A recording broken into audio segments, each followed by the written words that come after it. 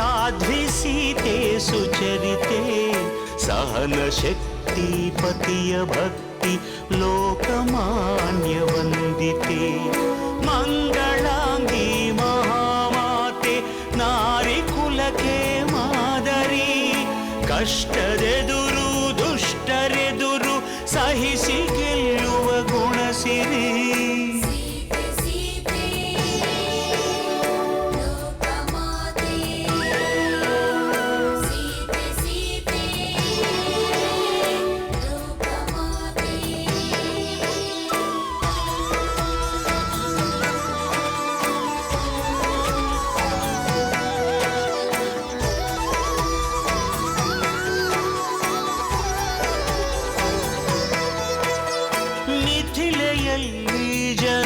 ಕುಲಕ್ಕೆ ಬೆಳಕು ತಂದ ಜಾನಕಿ ಸ್ವಯಂ ವರದಿ ಧನುವ ಮುರಿದ ರಾಮಚಂದ್ರನ ನಾಯಕಿ ಪಟ್ಟದರಸಿಯಾಗುವಂಥ ಭಾಗ್ಯ ಸಿಗುವ ಸಮಯದಿ ದಟ್ಟ ಅಡವಿಯ ಹೊಕ್ಕಿ ನಡೆದಳು ಪತಿಯ ಜೊತೆಗೆ ಪ್ರೇಮದಿ ಪ್ರೇಮ ಪೂರ್ಣೆ ತ್ಯಾಗಶೀಲೆ ಸೂರ್ಯ ಕುಲಕ್ಕೆ ಜ್ಯೋತಿಯು ಉರಿವ ಬೆಂಕಿ ಸುಡದು ಇವಳ ನೀತಿಗಂತ ಶಕ್ತಿಯು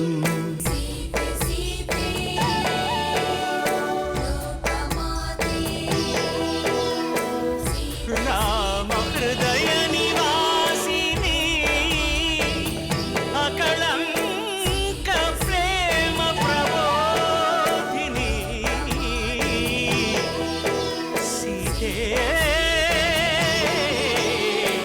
ಮಾತೆ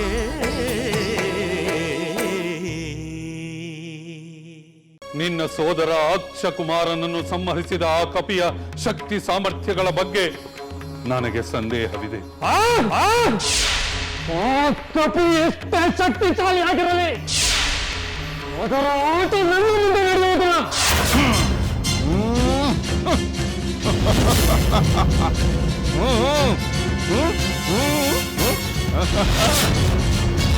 ಈ ಕ್ಷಣವೇ ನಿನ್ನನ್ನು ಬಂಧಿಸಿ ತಂದೆಯ ಬಳಿಗೆ ಎಳೆದೊಯ್ಯುತ್ತೇನೆ. ಈ ಇಂದ್ರಜಿತುವಿನ ಬ್ರಹ್ಮಾಸ್ತ್ರದಿಂದ ಅದೇಗೆ ತಪ್ಪಿಸಿಕೊಳ್ಳುವೆಯೋ ನಾನು ನೋಡಿಯೇ ಬಿಡುತ್ತೇನೆ.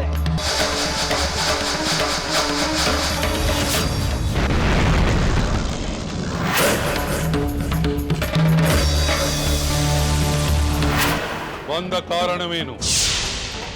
ನನ್ನ ಸುಂದರವಾದ ಅಶೋಕವನವನ್ನು ಏಕೆ ಧ್ವಂಸಗೊಳಿಸಿದೆ?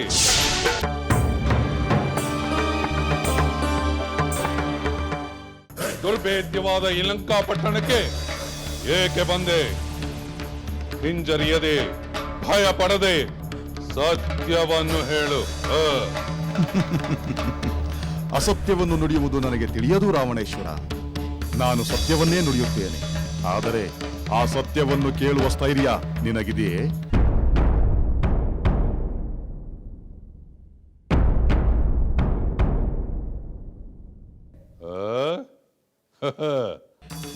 ಬಂಧಿತನಾಗಿದ್ದರು, ನನ್ನೆದುರಿಗೆ ನಿಂತಿದ್ದರು, ಎಷ್ಟು ಧೈರ್ಯವಾಗಿ ಮಾತನಾಡುವ ನಿನ್ನನ್ನು ನೋಡಿದರೆ ಆ ಇಂದ್ರನೇನಾದರೂ ನಿನ್ನನ್ನು ಕಳುಹಿಸಿರುವನೇ ಎಂದು ಸಂದೇಹವಾಗುತ್ತಿದೆ. ಅಥವಾ ಯಮ, ಕುಬೇರ, ವರುಣ ಇವರುಗಳ ಆದೇಶದಿಂದ ನೀನು ಇಲ್ಲಿಗೆ ಬಂದಿರುವೆಯಾ? ಎರಡೂ ಅಲ್ಲ. ಏಕೆ ರಾವಣ? ನಿನ್ನ ಕಿಂಕರರು ನನ್ನ ವಿಷಯವಾಗಿ ಏನು ಹೇಳಲಿಲ್ಲವೇ? ಅವರು ಏನಾದರೂ ಹೇಳಲಿ, ಮೊದಲು ನೀನು ನನ್ನ ಪ್ರಶ್ನೆಗೆ ಉತ್ತರ ಕೊಡು. ನನ್ನ ಮೇಲಿನ ದ್ವೇಷದಿಂದ ಆ ವಿಷ್ಣುವು ನಿನ್ನನ್ನು ದೂತನನ್ನಾಗಿ ಕಳುಹಿಸಿದ್ದಾನೆಯೇ? ಆಕಾರದಲ್ಲಿ ನೀನು ಕಪಿಯಂತಿದ್ದರೂ ನಿನ್ನ ತೇಜಸ್ಸು ಕಪಿಯಂತಿಲ್ಲ. ಸಾಧಾರಣ ಕಪಿಯಷ್ಟು ಅಲ್ಪ ಬಲನೂ ಅಲ್ಲ. ಅದಕ್ಕಾಗಿ ಹೇಳುತ್ತಿದ್ದೇನೆ, ನೀನು ಸತ್ಯವನ್ನು ನುಡಿದರೆ ಬಂಧ ಮುಕ್ತನಾಗುತ್ತೀಯ, ಸುಳ್ಳಾಡಿದರೆ ನಿನ್ನ ಜೀವ ಉಳಿಯುವುದಿಲ್ಲ. ಬೇಗ ಹೇಳು, ಈ ಲಂಕೆಗೆ ನೀನು ಏಕೆ ಬಂದೆ? ದಶಕಂಠ ರಾವಣ, ನಾನು ಇಂದ್ರ, ವಿಷ್ಣು, ಯಮ, ಕುಬೇರ, ವರುಣ ಈ ಯಾರ ದೂತನೂ ಅಲ್ಲ. ನಾನು ವೇಷಧಾರಿ ಕಪಿಯೂ ಅಲ್ಲ. ನಾನು ಜನ್ಮತಃ ವಾನರ. ನಿಜ ರೂಪದಲ್ಲಿಯೇ ಬಂದಿದ್ದೇನೆ. ಖಂಡಿತ ನಾನು ವೇಷಧಾರಿ ಅಲ್ಲ. ಹಾಗಾದರೆ ನನ್ನ ಪ್ರಿಯವಾದ ಅಶೋಕವನವನ್ನು ಏಕೆ ಹಾಳು ಮಾಡಿದೆ? ಅದಕ್ಕಾದರೂ ಒಂದು ಕಾರಣವಿರಬೇಕಲ್ಲವೇ? ಖಂಡಿತ ಕಾರಣವಿದೆ. ರಾಕ್ಷಸ ರಾಜನಾದ ನಿನ್ನನ್ನು ನನ್ನಂಥ ವಾನರ ಸುಲಭವಾಗಿ ನೋಡಲು ಸಾಧ್ಯವೇ? ನಿನ್ನನ್ನು ನೋಡುವ ಸಲುವಾಗಿಯೇ ನಾನು ಅಶೋಕವನವನ್ನು ಧ್ವಂಸ ಮಾಡಿದೆ. ಆ ಸಂದರ್ಭದಲ್ಲಿ ರಾಕ್ಷಸರು ಯುದ್ಧಕ್ಕೆ ಬಂದರೆ ಆತ್ಮರಕ್ಷಣೆಗಾಗಿ ನಾನು ಯುದ್ಧ ಮಾಡಲೇಬೇಕಲ್ಲವೇ? ಆತ್ಮರಕ್ಷಣೆಯೇ ಯುದ್ಧವಾಗಿದ್ದರೆ ನೀನು ನನ್ನ ಪುತ್ರ ಅಕ್ಷಕುಮಾರನನ್ನು ಕೊಲ್ಲುತ್ತಿರಲಿಲ್ಲ. ಸದ್ಯ ಮಹಾಬಲಶಾಲಿಯಾದ ನನ್ನ ಪುತ್ರ ಮೇಘನಾದನಿಗೆ ಸೋತೆಯಲ್ಲ. ರಾವಣ, ನಿನ್ನ ಈ ಪುತ್ರ ಮೇಘನಾದನಿಗೆ ನಾನು ಸೋಲುವವನಲ್ಲ. ದೇವಾಸುರರು ಒಟ್ಟಾಗಿ ಬಂದರೂ ಯಾವುದೇ ಅಸ್ತ್ರಗಳಿಂದಾಗಲಿ ಪಾಶದಿಂದಾಗಲಿ ನನ್ನನ್ನು ಬಂಧಿಸಲು ಸಾಧ್ಯವಿಲ್ಲ.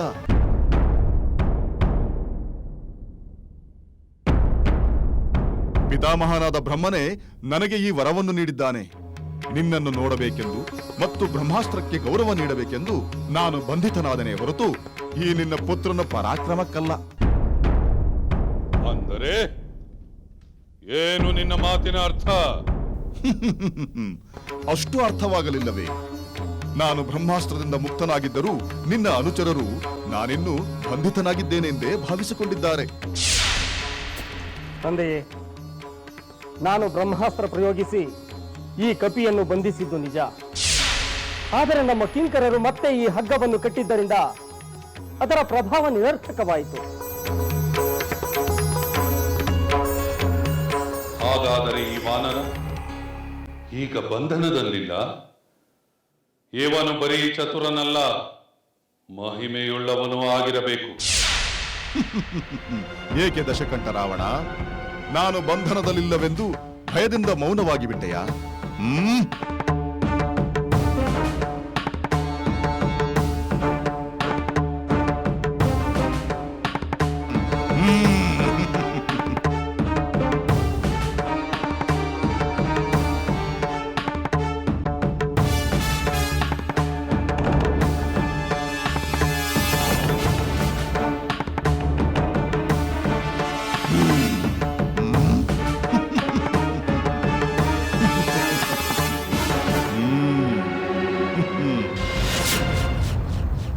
ಚಿಂತೆ ಮಾಡಬೇಡ ದಾನವೇಶ್ವರ. ನಾನು ಹೇಳುವ ವಿಷಯವನ್ನು ಹೇಳಿದ ಕೂಡಲೇ ನನಗೆ ಯಾವ ತೊಂದರೆಯನ್ನು ಕೊಡದಿದ್ದರೆ ನನ್ನ ಪಾಡಿಗೆ ನಾನು ಹೊರಟು ಹೋಗುತ್ತೇನೆ. ಸರಿ ಸರಿ, ನೀನು ಇಲ್ಲಿಗೆ ಬಂದ ಉದ್ದೇಶವೇನೆಂದು ಹೇಳು.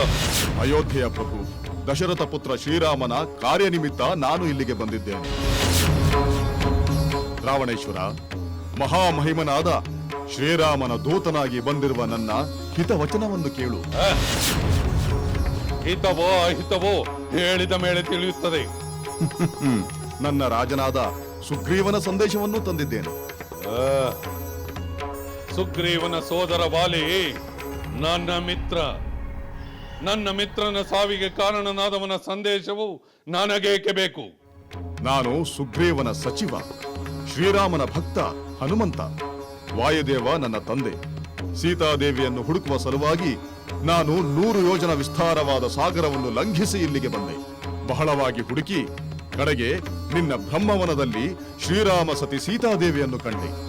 ಓಹೋ, ಇದೋ ನಿನ್ನ ಉದ್ದೇಶ. ವಿಶಾಲವಾದ ಸಾಗರವನ್ನು ದಾಟಿ ಸಹಸ್ರಾರು ರಾಕ್ಷಸರ ಕಣ್ತಪ್ಪಿಸಿ ಲಂಕಿಣಿಯನ್ನು ಮಣಿಸಿ ಸೀತೆಯನ್ನು ನೋಡಿದೆ ಎಂದರೆ ನಿನ್ನ ಮೆಚ್ಚುಗೆ ಅಭಿನಂದನೆ ನನಗೆ ಬೇಕಾಗಿಲ್ಲ.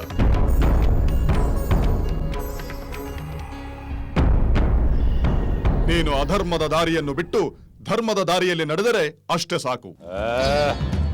ಯಾವ ಧರ್ಮ? ಪರಸ್ತ್ರೀಯರನ್ನು ಅಪಹರಿಸಬಾರದೆಂಬುದು ಧರ್ಮ. ರಾವಣ, ಸಕಲ ಶಾಸ್ತ್ರಗಳನ್ನೂ ಬಲ್ಲ ನಿನಗೆ ಧರ್ಮ ಯಾವುದು ಅಧರ್ಮ ಯಾವುದೆಂದು ತಿಳಿದಿಲ್ಲವೇ? ತಪಸ್ಸಿನಿಂದ ಹಲವು ವರಗಳನ್ನು ಪಡೆದ ನಿನಗೆ ಪತಿವ್ರತೆಯಾದ ಸಾಧ್ವಿಯನ್ನು ಕಾಡುವುದು ಅಧರ್ಮವೆಂದು ಅರ್ಥವಾಗಲಿಲ್ಲವೇ? ವಂಶನಾಶಕವಾದ ಈ ದುರ್ಮಾರ್ಗವನ್ನು ನಿನ್ನಂಥವನು ಅನುಸರಿಸಬಾರದು. ಸಾಕು ಮಾಡು ನಿನ್ನ ಅಸಂಬದ್ಧ ಪ್ರಲಾಪವನ್ನು. ಎಲ್ಲವೋ ವಾನರ, ನನ್ನ ಧರ್ಮದ ಅರ್ಥವೇ ಬೇರೆ.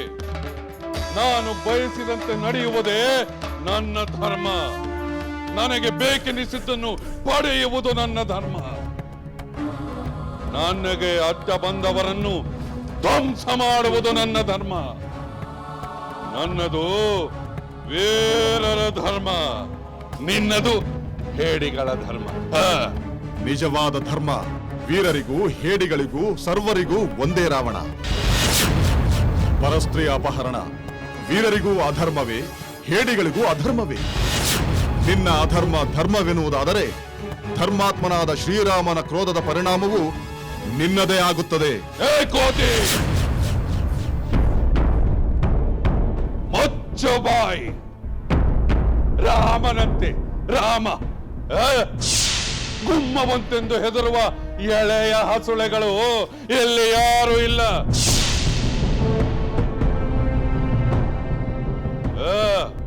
ಆ ನರಮಾರವ ನನ್ನನ್ನೇನು ಮಾಡಬಲ್ಲ?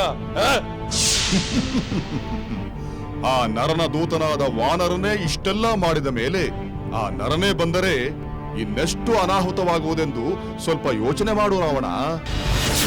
ರಾಮ ಲಕ್ಷ್ಮಣರ ಬಾಣಗಳನ್ನು ಎದುರಿಸಿ ನಿಲ್ಲುವ ವೀರರು ದೇವಾಸುರರಲ್ಲಿ ಯಾರಿದ್ದಾರೆ? ರಾಮ ಲಕ್ಷ್ಮಣರ ಬಾಣಗಳನ್ನು ಎದುರಿಸಿ ನಿಲ್ಲುವ ವೀರರು ದೇವಾಸುರರಲ್ಲಿ ಯಾರಿದ್ದಾರೆ? ನಾನಿದ್ದೇನೆ. ಎಲ್ಲವೋ ವಾನರ, ದೇವದಾನವ ಯಕ್ಷಗಂಧರ್ವ ಕಿನ್ನರ ಕಿಂಪುರುಷಾದಿಗಳಲ್ಲೂ ನನ್ನನ್ನು ಎದುರಿಸುವ ವೀರ ಯಾರಿದ್ದಾರೆಂದು ಕೇಳು. ನಾನೇ ನಿಂತಿದ್ದೇನಲ್ಲ. ರಾವಣ, ನನ್ನ ಮಾತನ್ನು ಕೇಳು. ಶ್ರೀರಾಮನಿಗೆ ಅಂಥ ಘೋರವಾದ ಅಪರಾಧ ಮಾಡಿದ ಮೇಲೆ ನೀನು ಸುಖದಿಂದ ಜೀವಿಸಲು ಸಾಧ್ಯವೇ ಇಲ್ಲ. ನಿನ್ನ ಬದುಕು, ಈ ನಿನ್ನ ಲಂಕೆಯ ವೈಭವ, ನಿನ್ನ ರಾಕ್ಷಸ ಕುಲದ ಕ್ಷೇಮ ಬೇಕೆಂದಾದರೆ ಈಗಲೇ ಎಚ್ಚೆತ್ತುಕೋ. ಸೀತಾದೇವಿಯನ್ನು ಶ್ರೀರಾಮನಿಗೆ ಒಪ್ಪಿಸಿಬಿಡು. ಇಲ್ಲ, ಇಲ್ಲ, ಸಾಧ್ಯವೇ ಇಲ್ಲ.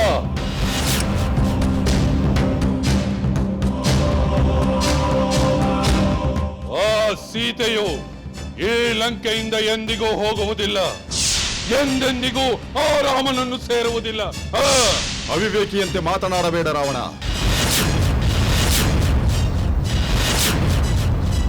ಯಾರಿಗೂ ತಿಳಿಯಬಾರದೆಂದು ನೀನು ಸೀತಾಮಾತೆಯನ್ನು ಅಶೋಕವನದಲ್ಲಿ ರಹಸ್ಯವಾಗಿರಿಸಿದರೂ ನಾನು ಬಂದು ನೋಡಿದ್ದೇನೆ.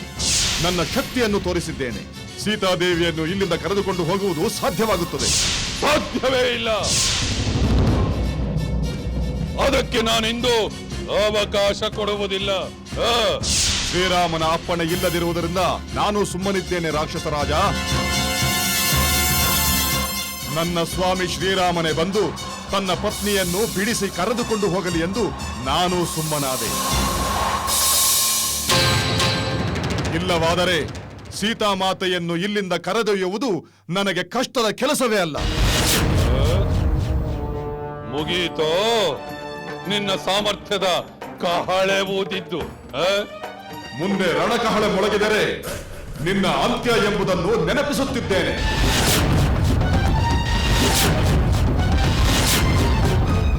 ಓಹೋ, ಒಂದು ಕಪಿಯಿಂದ ಈ ರಾವಣೇಶ್ವರನ ಅಂತ್ಯದ ಭವಿಷ್ಯ ಕೇಳಬೇಕು.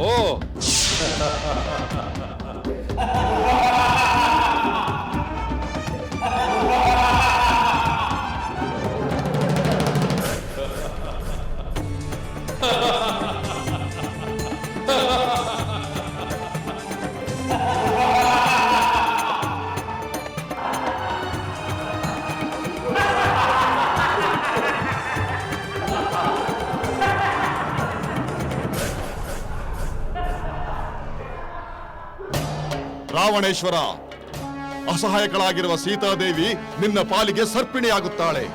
ಎಷ್ಟೇ ಬಲವಂತನಾದರೂ ವಿಷಾನ್ನವನ್ನು ತಿಂದು ಬದುಕುತ್ತೇನೆಂಬ ಭ್ರಮೆಯನ್ನು ಬಿಡು. ಧಗಧಗಿಸುವ ಅಗ್ನಿಯಂತಿರುವ ಸೀತಾದೇವಿಯನ್ನು ಮುಟ್ಟಿದವರು ಭಸ್ಮವಾಗುತ್ತಾರೆಯೇ ಹೊರತು ಬದುಕುಳಿಯುವುದಿಲ್ಲ. ನೀನು ಘನವಾದ ತಪಸ್ಸು ಮಾಡಿ ಗಳಿಸಿರುವ ಮಹಾಶಕ್ತಿಯನ್ನು ಸೀತಾಪಹರಣ ಅಧರ್ಮ ಕಾರ್ಯದಿಂದ ಸಂಪೂರ್ಣವಾಗಿ ಕಳೆದುಕೊಳ್ಳಬೇಡ. ನೀನೊಬ್ಬ ಕ್ಷುದ್ರ ಜಂತು. ನನ್ನ ಶಕ್ತಿ ಏನೆಂದು ನಿನಗೆ ತಿಳಿದಿಲ್ಲ. ತಿಳಿದಿದೆ. ನೀನು ತಪಸ್ಸು ಮಾಡಿ ಅಸುರರಿಂದ ದೇವತೆಗಳಿಂದ ಸಾವಿಲ್ಲವೆಂಬ ವರ ಪಡೆದು ಅವಧ್ಯನೆಂದು ಬೀಗುತ್ತಿರುವುದು ನನಗೆ ಗೊತ್ತಿದೆ. ಆ ಅಹಂಕಾರದಿಂದಲೇ ನೀನು ಸಾಧು ಸಜ್ಜನರನ್ನು ಕಾಡುವ ಉದ್ಧಟನಾದೆ. ನನ್ನ ಒಡೆಯನಾದ ಸುಗ್ರೀವ ದಾನವನು ಅಲ್ಲ, ದೇವತೆಯೂ ಅಲ್ಲ, ಒಬ್ಬ ವಾನರ. ನನ್ನ ಸ್ವಾಮಿ ಶ್ರೀರಾಮಚಂದ್ರ ಮಾನವ. ಮಾನವರನ್ನು ತುಚ್ಛವಾಗಿ ಕಾಣುವ ನೀನು ಅವರಿಂದ ಸಾವು ಬರಬಾರದೆಂದು ವರ ಪಡೆಯಲಿಲ್ಲ. ಆ ಮಾನವ ಶ್ರೇಷ್ಠನಾದ ಶ್ರೀರಾಮನ ಬಾಣವೇ ನಿನ್ನನ್ನು ಸಂಹರಿಸುತ್ತದೆ. ಕಿಂಕರರೇ, ನನ್ನೆದುರೇ ನಿಂತು ನನ್ನ ಹಂತದ ಮಾತನಾಡುತ್ತಿರುವ ಏ ಕಪಿಯನ್ನು ಕೊಂದು ಬಿಡಿ. ಕೂಡದು ರಾಮಕೃಷ್ಣ, ಈ ವಾನರ ಶ್ರೇಷ್ಠರನ್ನು ಕೊಲ್ಲುವುದು ತರವಲ್ಲ. ಏಕೆ ತರವಲ್ಲ? ನಾನೇಕೆ ಅವನನ್ನು ಕೊಲ್ಲಬಾರದು? ಆ ರಾಮನ ಬಾಣಗಳಿಂದ ನನ್ನ ಸಾವು ಬರುತ್ತದೆ ಎಂದು ಈ ಕಪಿ ಬಡಬಡಿಸುತ್ತಲೇ ಇದೆ. ಇವನನ್ನು ನಾನೇಕೆ ಕೊಲ್ಲಬಾರದು? ತಾಳ್ಮೆ ರಾವಣೇಶ್ವರ. ದೂತರನ್ನು ಕೊಲ್ಲುವುದು ರಾಜನೀತಿಯಲ್ಲ. ದೂತರವ ಯಾರೇ ಆದರೂ ತನ್ನ ಒಡೆಯನ ಅಭಿಪ್ರಾಯಗಳನ್ನು ತಿಳಿಸುವುದು ಆತನ ಕರ್ತವ್ಯ. ದೂತ ವಿಭೀಷಣ, ಇವನು ದೂತನಲ್ಲ, ದೂತನ ವೇಷದಲ್ಲಿ ಬಂದಿರುವ ಉಪದ್ರವಿ. ದೂತನಾಗಿದ್ದರೆ ತನ್ನ ಸಂದೇಶವನ್ನು ಹೇಳಿ ತೊಲಗಬೇಕಿತ್ತು. ಇವನು ನನ್ನ ಪ್ರಿಯವಾದ ಅಶೋಕ ವನವನ್ನು ನಾಶಪಡಿಸಿದ್ದಾನೆ, ನಮ್ಮ ರಾಕ್ಷಸರನ್ನು ಕೊಂದಿದ್ದಾನೆ. ನನ್ನ ಪುತ್ರನಾದ ಅಕ್ಷಕುಮಾರನನ್ನು ಸಂಹರಿಸಿದ್ದಾನೆ. ಇವನನ್ನು ದೂತನೆಂದು ಕ್ಷಮಿಸಿಬಿಡದೆ? ಸಹೋದರ, ಯುದ್ಧಕ್ಕೆ ಬಂದವರೊಡನೆ ಹೋರಾಡುವುದು ಯುದ್ಧ ಧರ್ಮ. ಅದರಲ್ಲಿ ಯಾರು ಯಾರನ್ನೇ ಕೊಂದರೂ ಅದು ಆ ಯುದ್ಧ ಧರ್ಮದ ಭಾಗವಾಗುತ್ತದೆ. ಒಂದು ವೇಳೆ ಅಕ್ಷಕುಮಾರನೇ ಯುದ್ಧದಲ್ಲಿ ಇವನನ್ನು ಕೊಲ್ಲಬಹುದಾಗಿತ್ತಲ್ಲ, ಆಗ ನೀನು ನಿನ್ನ ಪುತ್ರನನ್ನು ಅಪರಾಧಿ ಎನ್ನುತ್ತಿದ್ದೀಯೇ? ನನ್ನ ಮಾತನ್ನು ಕೇಳು ಸಹೋದರ. ಈ ವಾನರನ್ನು ವಧಿಸುವುದು ನಿಂದವಾಗುತ್ತದೆ. ಧರ್ಮಕ್ಕೆ ವಿರುದ್ಧ, ನಿನ್ನ ಘನತೆಗೂ ಕಳಂಕ. ವಿನಾಕಾರಣ ಅಶೋಕವನವನ್ನು ನಾಶಪಡಿಸಿದ ಅಪರಾಧ ಒಂದೇ ಸಾಕು ಏತನನ್ನು ವಧಿಸಲು. ವಧಿಸುವಂತ ದೊಡ್ಡ ಅಪರಾಧವಲ್ಲ ಅದು. ನೀನು ವಿವೇಕಿ, ಜ್ಞಾನಿ. ನಿನ್ನಂಥವನು ಕ್ಷಣಿಕ ಆವೇಶಕ್ಕೆ ಒಳಗಾಗಿ ಅನುಚಿತವಾದ ಕಾರ್ಯ ಮಾಡುವುದು ತರವಲ್ಲ. ವಧೆಯ ಯೋಚನೆಯನ್ನು ಬಿಟ್ಟು ಈ ದೂತನಿಗೆ ಸಕಾರಣವಾದ ಶಿಕ್ಷೆ ಇದ್ದರೆ ಅದನ್ನು ಯೋಚಿಸಿ. ಚಿಕ್ಕಪ್ಪ,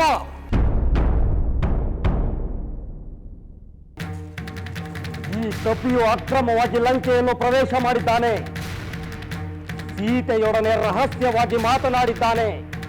ಅಶೋಕ ವನವನ್ನು ಹಾಳು ಮಾಡಿದ್ದಾನೆ. ನಡೆಯಲು ಹೋದವರನ್ನು ಕೊಂದಿದ್ದಾನೆ. ಹೀಗೆ ಹಲವು ಅಪರಾಧಗಳನ್ನು ಮಾಡಿರುವ ಈ ಕಪಿಗೆ ಘೋರ ಶಿಕ್ಷೆಯನ್ನು ವಿಧಿಸಬೇಕು.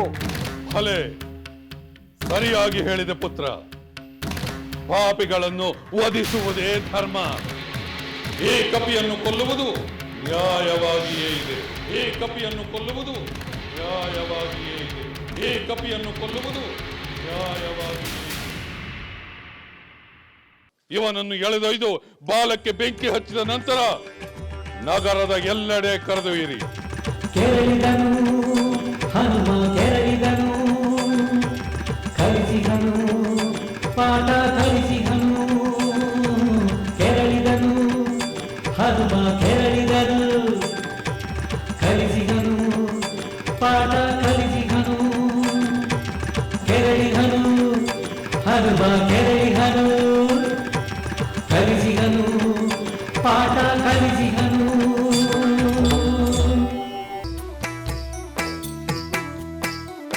ಲಂಕೆಯಲ್ಲಿನ ದುರುಳ ದರ್ಪವು ಸೀತೆ ಸಹನೆಗೆ ಸೋತಿತು.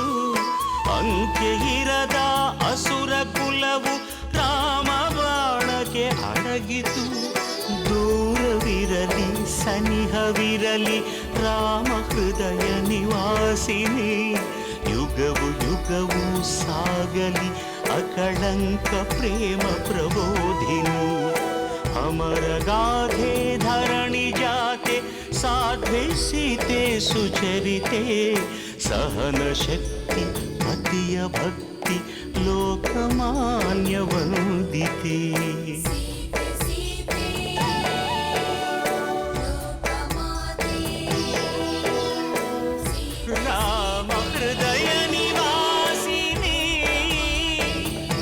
ಕಳ